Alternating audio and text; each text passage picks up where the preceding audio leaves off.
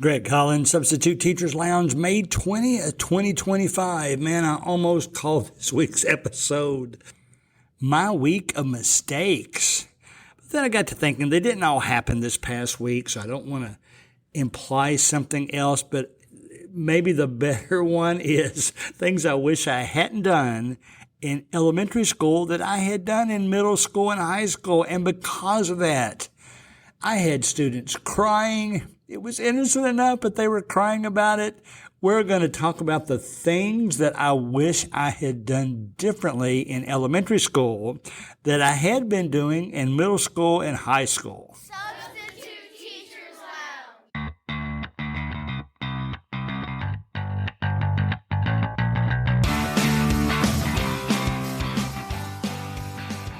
Let me start out by saying an unrelated item that I came across this week was a program called We Will Write. I loved it. I used it in the 4th grade.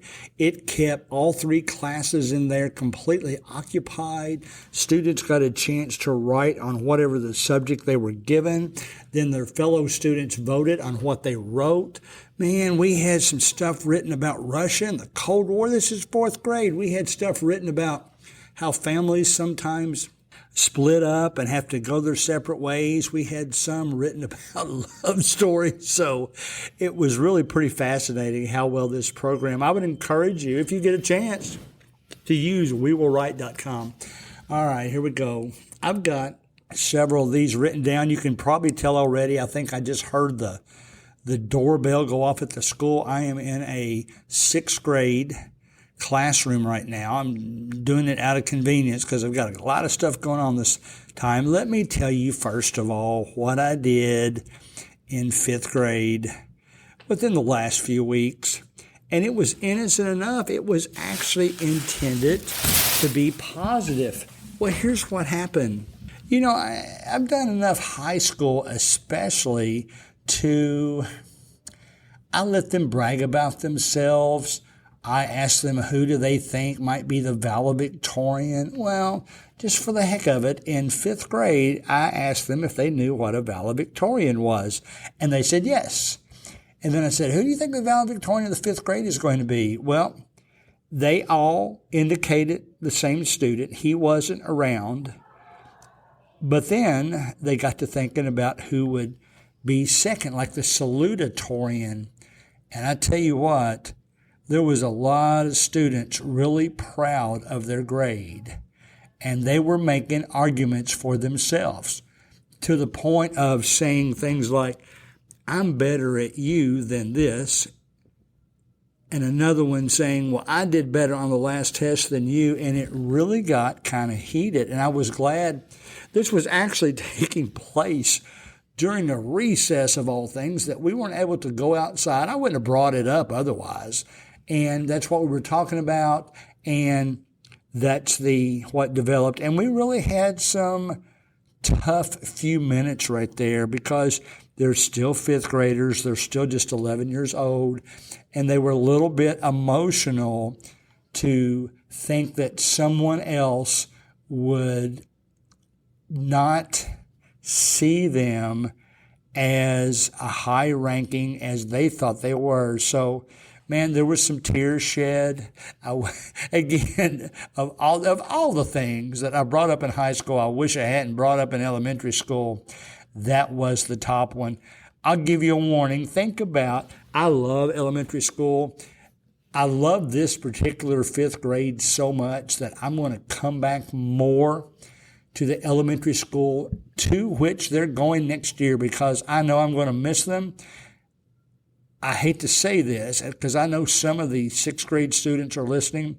So far, the 6th graders that I've had today in the school they're going to are less mature than they are as 5th graders at the school they're at. So I hope they really help the schools out. Now, one other thing that happened in the classroom, and I guess this was totally accidental.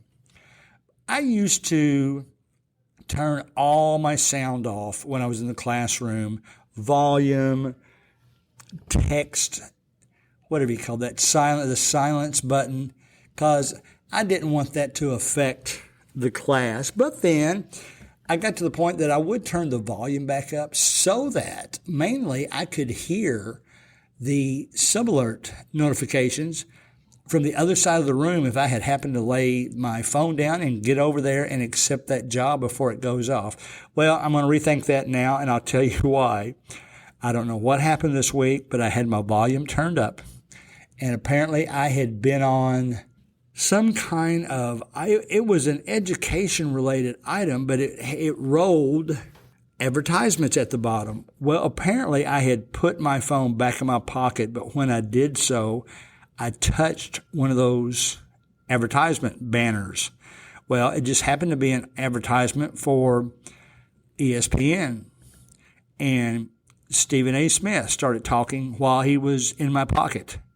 And he used a couple of words, not terrible words, but the H word and stuff like that should not be heard in a fifth grade classroom. Now, thank goodness that there was only a handful of students that heard it and they giggled. It didn't become an issue. I got it turned off before it got any worse. But you know how those sports shows are sometimes. They will tell it like it is. Well, I don't want them to tell it like it is in my classroom. So I guess my lesson there is that I am no longer going to turn any of my volumes up so that when that happens again, all that will be happening is it'll be playing, but it'll be playing silently. So that's the second thing I learned. It wouldn't have bothered me as much in high school, so I guess this is another time that I have to do things just a little bit differently than in elementary school than I would have in high school. One other thing that had happened recently, and shame on me, but I was in a 4th or 5th grade class. I can't remember which one. We were doing some work that required what this school called, they call them shoulder partners. It just means the kids that's sitting at the same desk as you are to work on projects together. Well, a lot of those students the teacher has established finger signals so that you can quietly request something and the teacher can tell you to go ahead. When they want to go to the restroom, for instance, they cross their fingers, hold their finger up in the air. I see that and I'll just wave them out of the room. Well, that happened to one student and we got to thinking that student's been gone about 10 minutes. In fact, one of the other students brought it to my attention before I even thought about it. And I said, well, go to the restroom and see if she's in there, make sure she's okay. Well, they came back. She wasn't in there. Well, then I got kind of worried because I didn't know where the student was. So I sent one of the students to the office and they didn't know anything about her either. So I began calling around, and about that time, one of the counselors called. I guess they had gotten wind of it too. And they said, Mr. Collins, we're sorry. She's actually in here with us. So thank goodness for that. But I guess the moral of this story is make sure you know where those students are going when they leave that room so that you don't have to track them down later. I think she gave me the signal that she was going to the restroom. Maybe she said she was going to the counseling office, and I just didn't hear her. And I've learned a lesson from it. Make sure I hear what the student says as to where they're going. I've already told them. I mean, there's a lot of them in those grades going to the, leaving the room for water or restrooms or whatever, for whatever reason. And I've already warned them. I said, listen, when you all get to middle school, there's a lot of teachers that will let you maybe take 3 or 4 times to leave the classroom in a whole week. You'll have to sign out and be prepared for it because it's going to be a big change from what you're doing now. And let's face it, some of the students, when they're in the hallway, going to the restroom, whatever, they're moving as slowly as they can. They really just did it probably to get out of work, and you really have to stay on top of it. So learn from me. Don't ever let students leave that classroom unless you know exactly where they're going to be. Now, the last one's a bit comical, and it's not. I'm not sure how I should address this. This podcast has become popular enough that the students at the school know about it, even if I haven't really said anything about it. And they know from their friends, and especially their high school sisters and brothers who have played them that I usually do some kind of video every couple of weeks on Instagram. So they know I have a podcast. They know the same name for both the Instagram and my YouTube channel that supports the podcast. But, Instagram, anybody can follow that. So we had that indoor recess, and they thought it was going to be cool to sit around Mr. Collins and watch some of those Instagram videos, because those are really meant for probably the students more so than the adults anyway. So they were playing it. They liked it. They laughed. I don't know how I could change that. Maybe there's a situation where I definitely tell them that they're not allowed to listen to it in the classroom. They're not allowed to listen to it in any other classroom, because if nothing else, they're going to get me in trouble. But it was recess. We were just playing games anyway. They wanted to listen. I let them listen. Some of the songs I had done had a beat to it, and so they thought that was funny. And it was actually quite comical, but I'm not sure that maybe I need to chill out a little bit on promoting it to the students. The high school students are fine. Most of the ones that listen to that are probably 18 anyway. But I don't know about elementary school. I won't mention it to them. If they ask me about it, I'll admit that I have them, but they're not allowed to listen to it in school.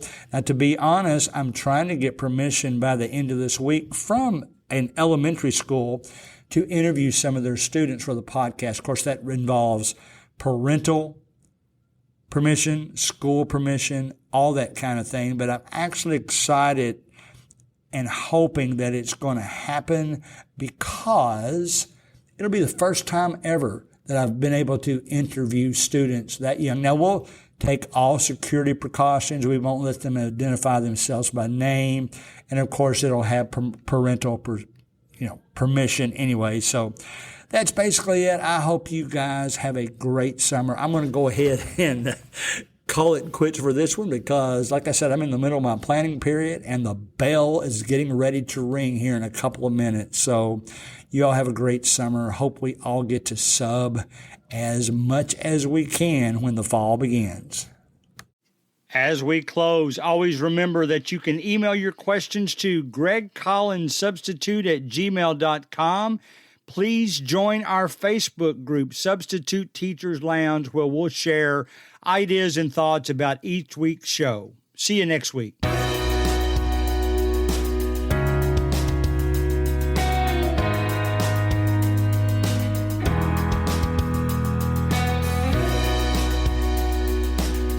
Music provided by Ben Sound.